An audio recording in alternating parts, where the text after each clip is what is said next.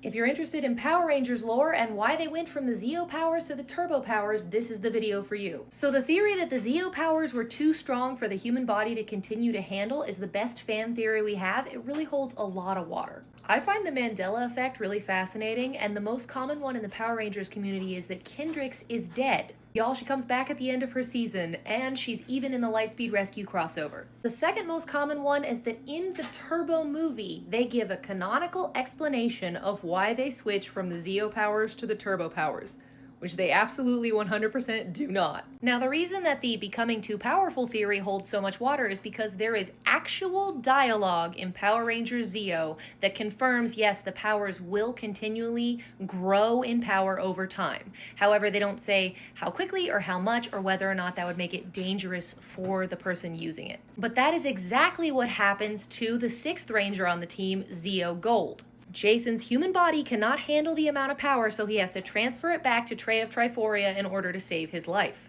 Now, I personally think that the Triforian powers are not a Zeo crystal, but that's neither here nor there. The second most common theory on why they make the switch actually does not hold a lot of water, and it is that the powers are weak to water. No pun intended. Now, I have a couple problems with that. The first one being it's nowhere near as cool as the idea that the powers would become too much for a human to wield. But second of all, the Zeo crystal is made out of crystallized morphin grid energy. So I guess you could argue that the bonding which holds it in its physical form dissolves in water, but the inference that would be really easy to make is that the morphin grid itself is weak to water, which would create an enormous plot hole because we have aquatically themed dinosaur Power Rangers, we have Power Rangers with water elemental powers, and we have a mermaid. But the reason this theory is so popular is because it was actually in the original script, except they revised that script so much, a ton of it ended up on the cutting room floor, and the only scene we're left with is the one where Kat tries to morph when she falls off a cliff, hits the water, and it interrupts the morph,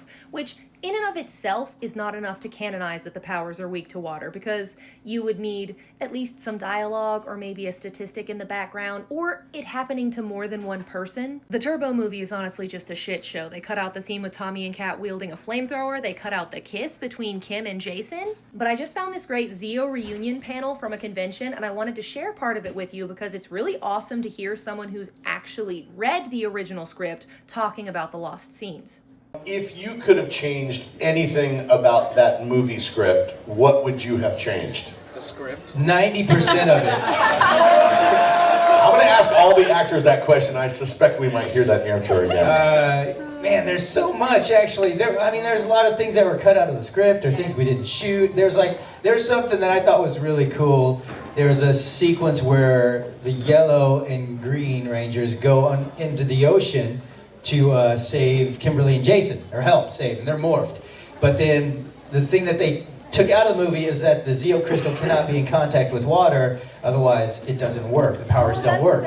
And so, we get destroyed, we crawl onto the beach, like it's scripted, or when I talked to Queechy, our suits were gonna be torn, our helmets are gonna be thrashed, and they were, oh no, we need new powers, but that was never shot, and then when you morph, you hit the water. Yeah, so there's really, a better movie. I think I would change it to a better movie. So your gripe is not that something that you would do different, is that you would have just done it right. I mean, it was entertaining.